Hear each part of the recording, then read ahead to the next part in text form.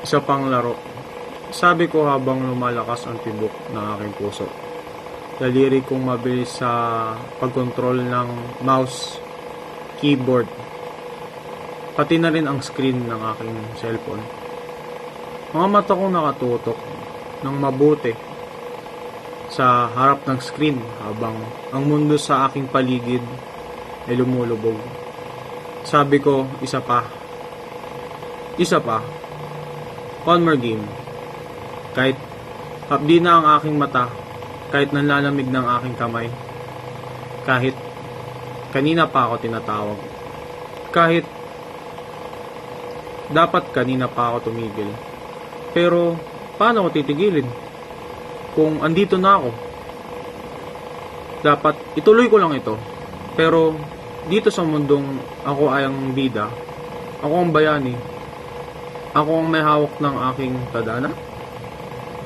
Dito walang problema, walang sigawan, walang pagod, walang pagkatalo, o kung meron man, sige, may isa pang round, sige, may isa pang laban,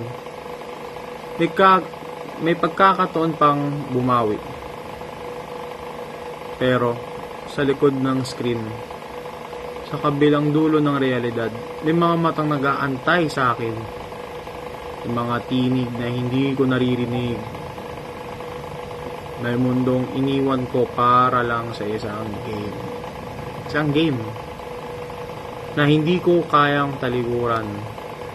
Pero hanggang kailan ako magpapalunod sa pixels at loading screen?